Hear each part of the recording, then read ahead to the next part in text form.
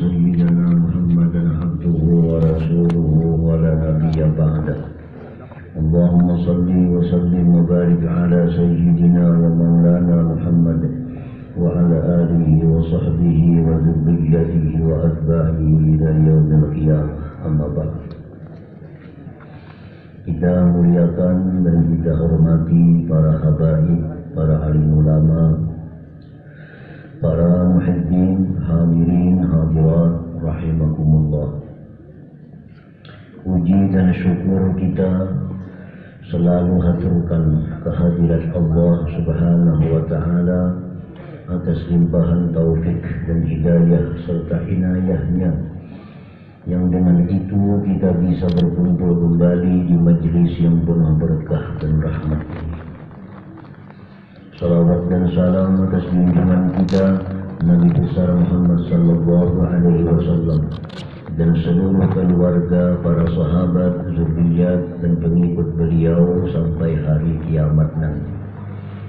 Para muhibbin rahimakumullah. Qala al-Imam Ahmad ibn Athaillah As-Sakandari rahimahullah, naba'ana bi'ulumihi wa asrari, hazzun nafsi fil ma'siyat zahirun jali wa hazzuha fit ta'at batinun khafif wa mudawatu ma yakhfa sa'bun iladu. Berkata Imam Ahmad ibn Athaillah As-Sakandari rahimahullah, naba'ana bi'ulumihi wa asrari, bermula bahagian nafsu dalam perbuatan maksiat itu jelas dan nampak, dan bahagian nafsu dalam perbuatan taat tersembunyi dan tersamar, dan mengobati yang tersembunyi itu sulit pengobatannya. Para muhibbin rahimakumullah,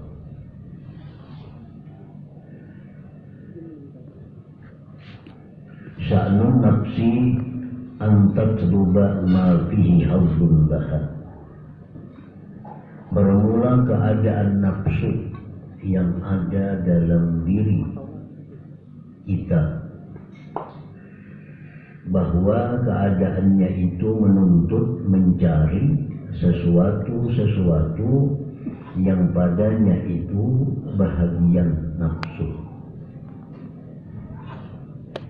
Keadaan nafsu kita itu dia mencari kesenangan. Jadi nafsu ini pekerjaannya itu mencari kesenangan. Itu bagian nafsu.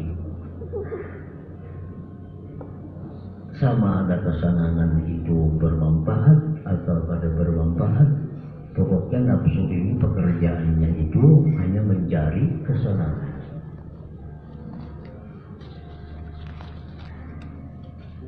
Wa hadduha bil ma'asi zahirun jali.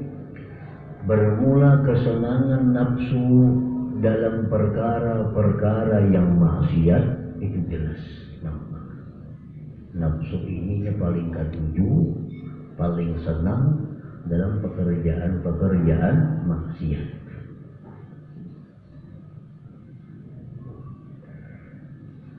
Kastilgaz bil ma'asi, seperti bersenang-senang dengan kemaksiatan, wa tarkil wajibat, meninggalkan yang wajib-wajib, wa tarkil hukuk, watarki adasil hukuk, meninggalkan menunaikan hak-hak.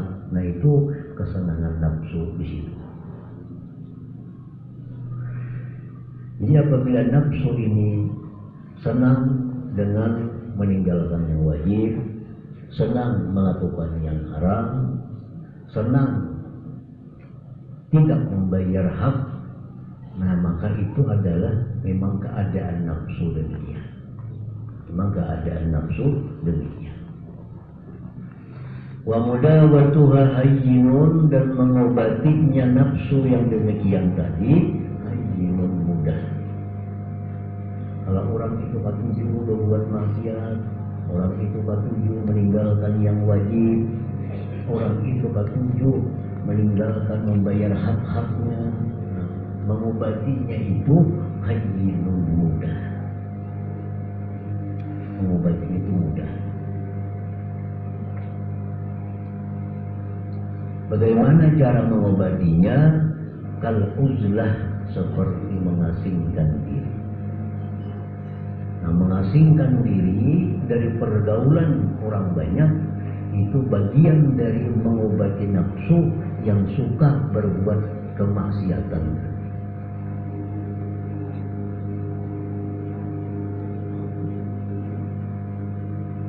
Wal firar min mawatinil asrar, dan lari berjauh dari tempat-tempat orang jahat.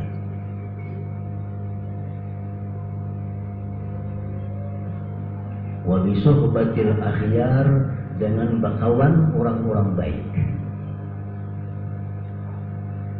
Wa biiksari taat wal aurat, memperbanyak ketaatan dan wirid-wirid. Wa sama'il ayat wal akhbar, dan mendengari ayat-ayat Quran dan hadis-hadis Nabi Sallallahu Alaihi Wasallam. Nah, itu cara mengobati nafsu yang kesenangannya itu di dalam perbuatan maksiat. Orang yang ketujuh maksiat, orang yang suka berbuat maksiat, suka bakal hendak melakukan maksiat, hendak mengobati orang ini mudah, asal orangnya mau diobati. Asal orangnya mau diobati. Kalau kita ada kemauan untuk melemahkan nafsu kita yang suka berbuat maksiat, itu obatnya mudah. Obatnya nampak, obatnya jelas. Kadang alih mencari obatnya. Mengasingkan diri, jauhi orang-orang yang jahat, jauhi tempat-tempat yang jahat, kawani orang-orang baik, perbanyak zikir, perbanyak wirid, perbanyak mendengari ayat Quran dan hadis Nabi. Selesai. Kayak apapun nafsu yang dulunya suka kepada kemaksiatan, bila obatnya itu kita jalankan, maka dengan sendirinya nafsu akan terobati. Akan terobati. Nah, para muhibbin rahimahumullah,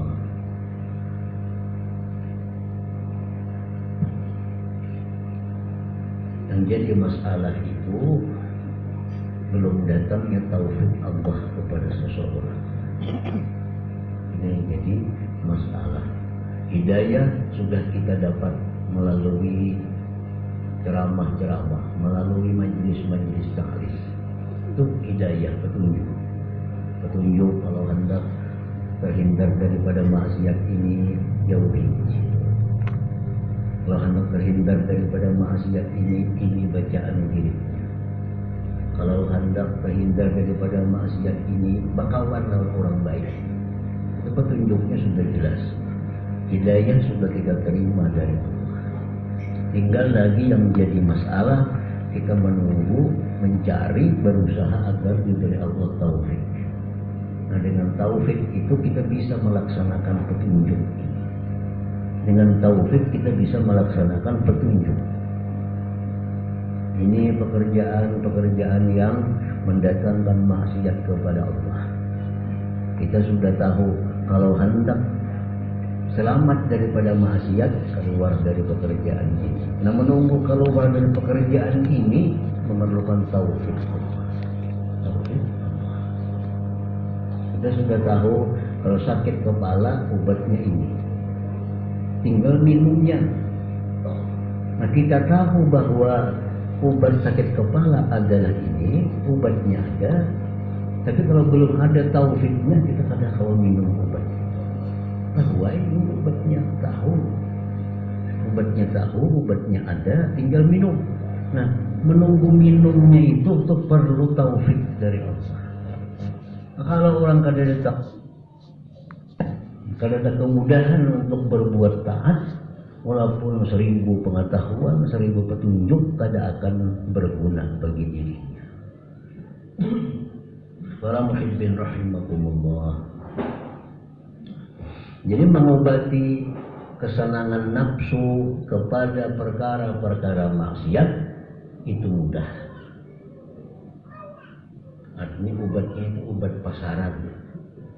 Obatnya itu obat pasaran. Kalau sulit obatnya, kalau hanya sekedar menghentikan kesenangan nafsu dalam kemaksiatan. Wa hazzuha fit ta'at, dan bahagian nafsu dalam ketaatan. Jadi nafsu ini bukan hanya mendorong kita untuk melakukan maksiat, tapi juga nafsu ini bisa mendorong kita melakukan taat. Dan taat itu apabila hasil dari dorongan nafsu, maka taatnya akan kada berguna, akan kada bermanfaat. Wa hazzuha fit ta'at, dan bahagia nafsu dalam taat. Jadi kita ini hendak bersedekah. Nah, kita hendak bersedekah ini dari mana timbulnya? Apakah timbulnya kita bersedekah itu karena menjunjung Allah, perintah Allah? Atau kita bersedekah timbulnya untuk hal-hal lain yang kita diridhai oleh Allah Ta'ala? Nah, jadi waspada kita dalam hal berbuat taat. Kalau taat itu timbul dari dorongan nafsu. Karena apapun yang timbul dari dorongan nafsu itu pada baik hasilnya.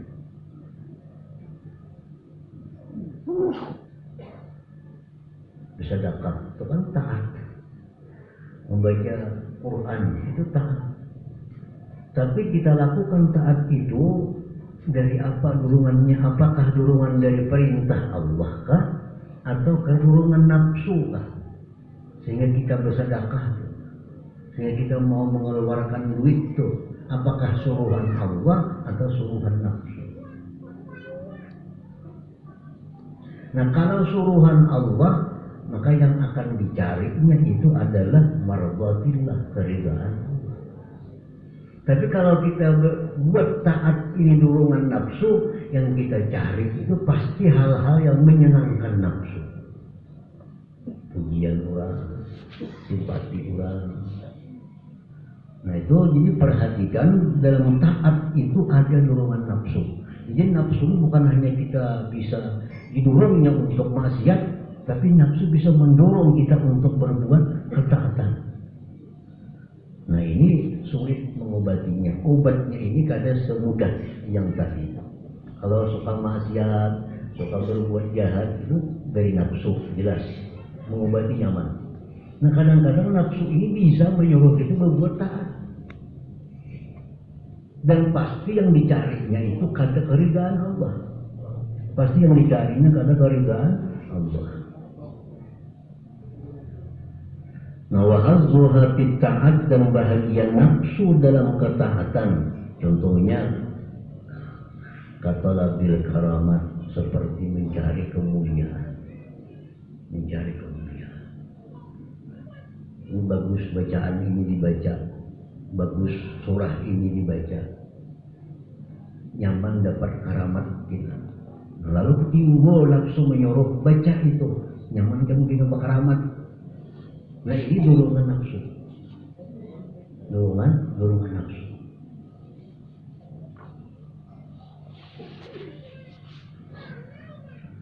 Wal manzilah indan nas, dan kedudukan di sisi manusia. Kedudukan di sisi manusia. Biar nafsu baca ini, baca. Saya bilang baca ini orang bertujuan lawan nikah. Bacalah itu surah, bacalah itu ayat. Ini perbuatan taat sebujurnya. Cuma dorongannya dari nafsu, yang ditujunya itu adalah simpati manusia. Nah ibadah macam ini kada akan ada hasil di akhirat tentunya. Kada akan ada hasil di akhirat. Kada ada manfaatnya di akhirat. Nah jadi sebelum kita melakukan taat kepada Allah, baik sedekah, baik baca Quran, baik sembahyang, baik apapun, kita periksa dulu terdurung dari apa. Apakah terdurung karena perintah Allah? Maka yang kita harapkan adalah keridhaan Allah. Keridhaan Allah. Nah, wa mudawatuha sahbun, mengobati bagian nafsu seperti ini adalah sulit obatnya. Orang yang senantiasa berbuat taat itu karena dorongan nafsu, itu mengobati sulit. Kenapa? Karena dia berbuat taat pasti mencari apa garang keuntungannya, apa garang gunanya.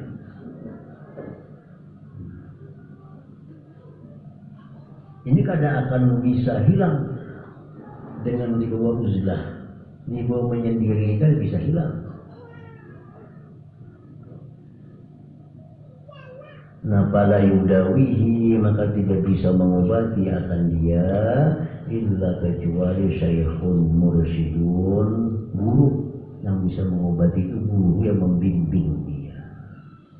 Yashabuhu, dia sertai itu guru bil mahabbati shadikah, dengan kecintaan yang benar-benar, wa tasdiqil lazim, dan percaya yang benar-benar.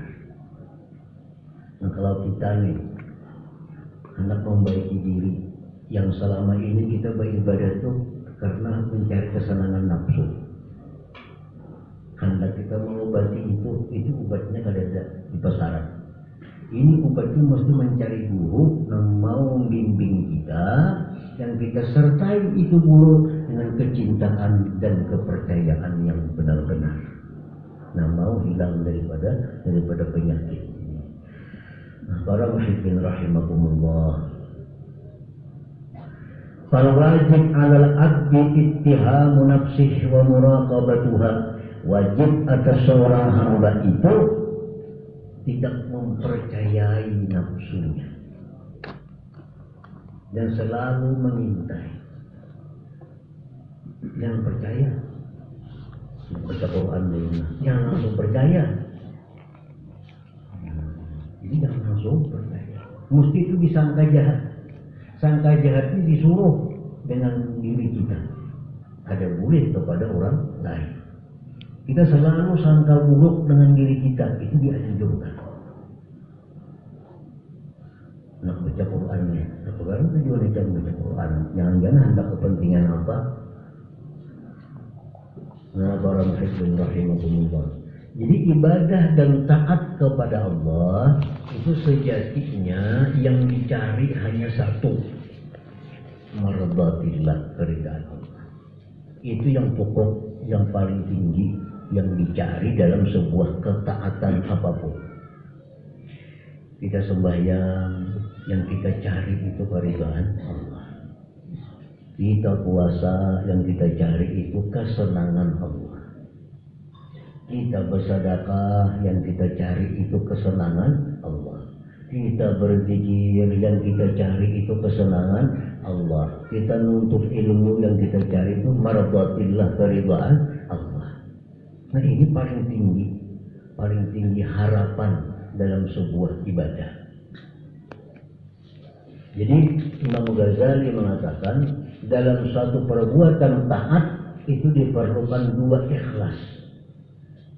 Dalam satu taat itu 2 ikhlas.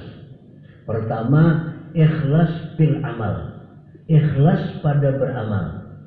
Yang kedua, ikhlas fi talabil ajri, ikhlas dalam menuntut, meminta balasan.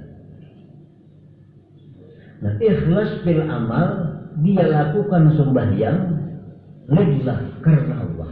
Itu namanya ikhlas fil amal.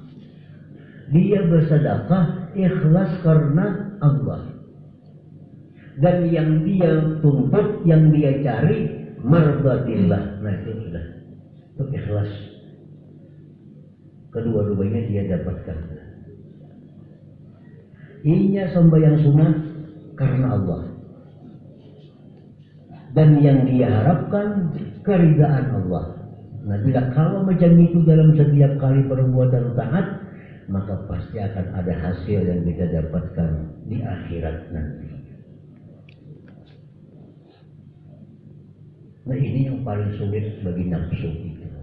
Ini paling sulit bagi nafsu. Beramal itu karena Allah, dan yang dicari hanya keridaan Allah. Biar si anu pada senang, biar si anu pada suka, biar diriku seorang susah. Yang penting perintah Allah. Puasa misalnya. Puasa itu akan menjadi manfaat bagi kita di akhirat.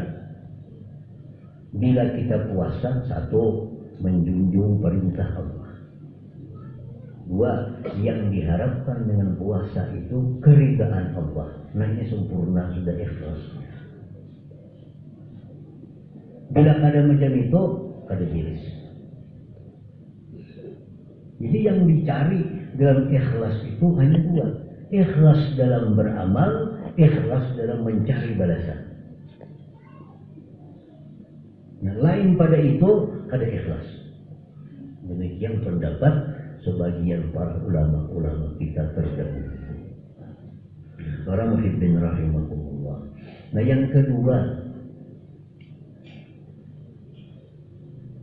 kita dibolehkan, walaupun ini sudah turun dari kedudukan yang tertinggi. Nah, tapi dibolehkan. Arti dibolehkan tidak mengganggu dengan keikhlasan. Walaupun derajatnya turun dari yang tadi. Dia berbuat taat karena Allah, karena lain. Dan yang dia harapkan itu adalah sesuatu yang disuruh oleh Allah. Kita harapkan. Nah ini masih dalam ikhlas. Masih dalam ikhlas. Contohnya, kita membaca surat Mulk. Itu disuruh oleh Allah melalui nabinya. Kita baca surat Mulk. Dan harapan kita membaca surat Mulk ini yang paling baik mencari keridhaan Allah. Itu nomor satu sudah itu. Boleh turun sedikit, kita baca ini surah Mulk karena Allah dan mengharapkan keselamatan daripada siksa kubur. Nah itu boleh. Ini kadang merusak ikhlas, walaupun turun tingkat dari yang pertama. Karena mencari keselamatan dari siksa kubur itu disuruh oleh Allah. Disuruh oleh Allah. Allah adalah nyuruh kita sugih, katanya. Jadilah kalian orang sugih, katanya. Lalu kita baca surat Waqiah. Karena Allah nyuruh baca Quran, baca Waqiah. Dan berharap dengan surah Waqiah ini mudah menjadi orang sugih. Nah ini sudah rusak. Karena Tuhan kan dari dulu sugih. Tapi kalau Tuhan menyuruh kita masuk surga, ada. Kita baca surah Yasin karena Allah berharap dengan surah Yasin ini masuk surga. Nah itu kadang merusak ikhlas.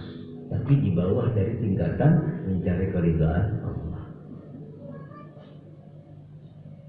Baca surah Waqiah. Biar Nabi saya baca surah Waqiah tiap malam, dia akan selamat dari kefakiran. Dan tusifu fakrun abada. Dia kada akan fakir. Dia kada akan fakir hidupnya. Kita baca surah Waqiah karena Allah membacanya, menjunjung perintah Allah, dan berharap dengan surah Waqiah yang dibaca ini terhindar dari kefakiran. Itu kadang merusak dengan ikhlas. Tapi turun tingkat daripada mencari keridhaan Allah Ta'ala. Nah para muslimin rahimahumullah. Jadi setiap kali kita melakukan ketaatan, nah kita disuruh taat nih perlahan. Jangan ragu-ragu. Jadi ketaatan kita lakukan supaya ini taat ada hasil di akhirat. Ada masuk dalam catatan amal kebaikan kita. Yang susah ini kita banyak beramal di dunia, bersedekah, miliaran dah bersedekah, zikir, miliaran juga kalinya berzikir sepanjang hidup. Yang dicari di akhirat nihil. Pada malah sedekah dalam dunia. Mana zikir yang berjuta-juta di dunia. Periksa sejarah amal kadada. Nah ternyata kemungkinan timbul demikian itu karena keikhlasan tadi bermasalah. Bisa kadang karena Allah atau karena Allah, tapi yang diharap adalah yang bukan diridai, yang disukai oleh Allah Subhanahu wa Ta'ala. Nabi menyuruh kita minta afiat, minta selamat dunia akhirat. Itu disuruh di Quran, Rabbana atina fid dunya hasanah wa fil akhirati hasanah. Kita dapat selamat dunia, selamat di akhirat. Itu disuruh oleh Allah. Lalu kita baca Quran. Baca Quran niatnya apa? Karena Allah yang nyuruh. Harapannya apa? Supaya selamat dunia akhirat. Ini ikhlas. Ini ikhlas. Karena selamat dunia akhirat itu masih dalam hal-hal yang disukai, disuruh oleh Allah Subhanahu wa Ta'ala. Kita memintanya itu. Kita memintanya.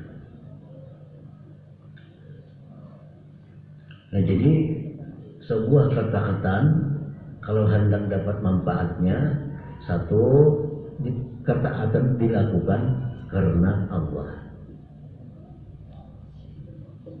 Dalam Quran, taati Allah, taatlah kepada Allah. Jadi bila kita taat itu karena Allah. Yang bisa merusak itu kadang-kadang harapannya ini. Nah harapannya ini apa? Selama harapan itu masih dalam bingkai keridaan Allah, kita berharap itu dengan ketaatan ini, itu kadang merusak keikhlasan kita.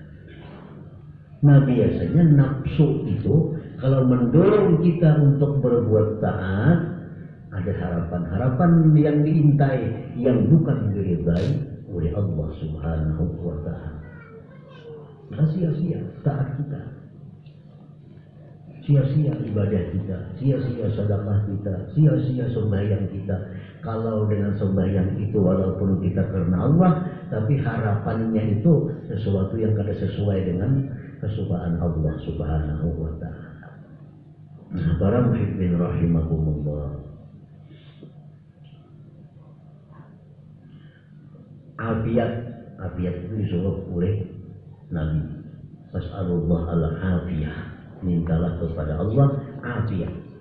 Afiat itu selamat agama, selamat dunia, selamat jasmani, selamat rohani, itu afiat. Lalu kita baca Yasin karena Allah.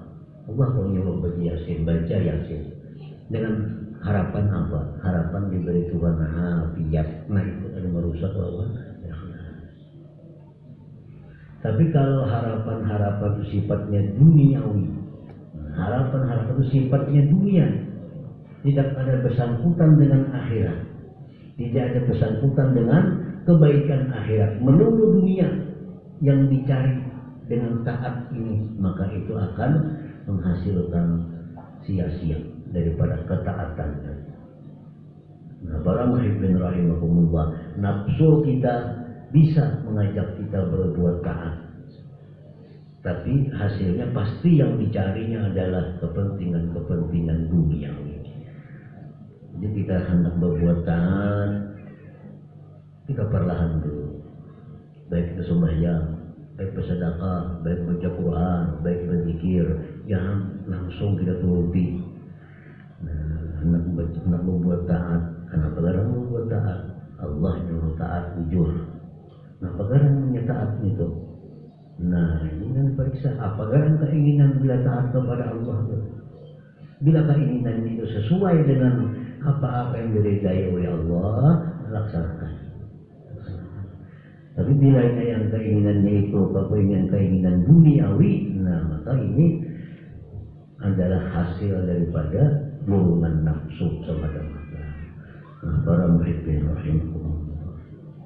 Nah, kemudian rubbama dakhala fiha la hadratin nabi sallallahu alaihi wasallam.